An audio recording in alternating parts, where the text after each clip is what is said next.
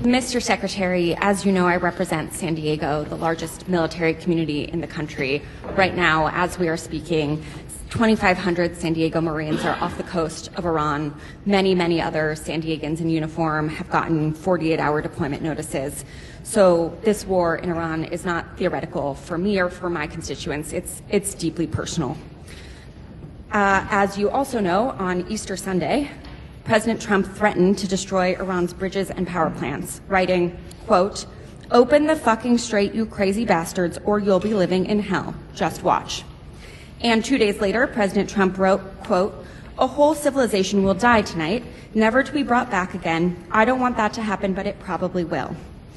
My office's phones have been ringing off the hook. I've heard from so many military families concerned about the president's mental fitness and whether he's fit to serve as our commander-in-chief, given that he's sending their loved ones into harm's way.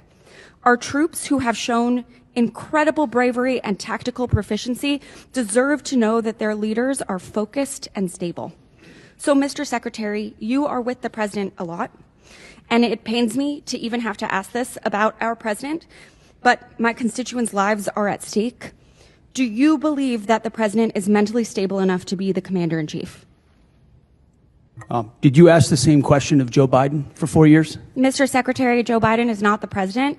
Mr. Trump has been president for a year and a half, and I'm asking you did right not. now. And I won't even engage with the level of disparagement that you're putting on the commander-in-chief, who indeed is. Mr. Secretary, every single day. Mr. Secretary, Biden is not the president. He's the sharpest, most insightful commander-in-chief we've had in generations.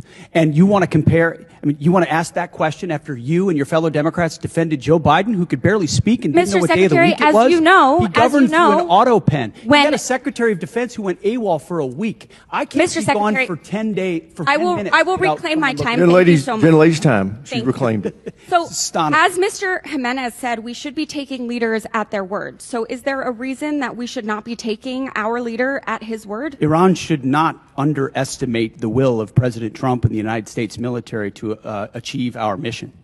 Okay, well, I want you to know this is not a partisan thing. In fact, many Democrats have had, many Republicans have had these same questions.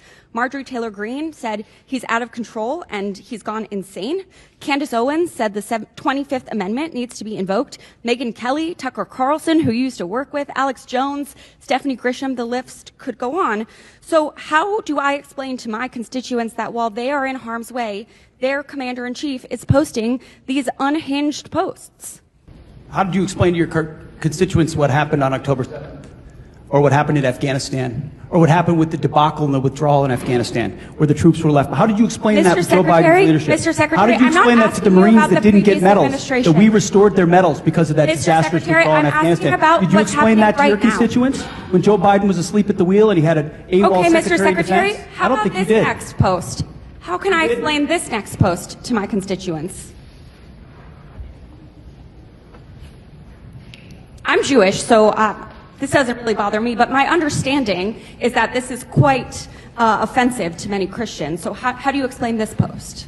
I'm not here to explain posts. We have an incredible commander-in-chief who puts our troops first. I'm here for a budget hearing about our troops. This is historic budget that's giving us a chance to defeat Mr. Secretary, our adversaries. President Trump is doing that in world-class fashion. This is about our troops. Gentlelady has reclaimed her time, Mr. Secretary. This is about our troops. This is about who is commanding our troops and if our troops can trust that they are being sent into harm's way under good strategy.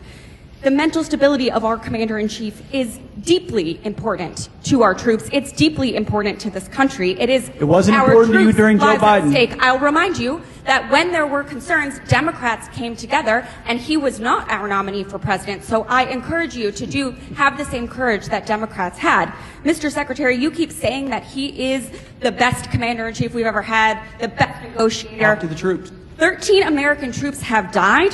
More than 380 have been wounded. The Strait of Hormuz, which was wide open, is now closed. Less than 90% of traffic through the strait is still not going despite the ceasefire.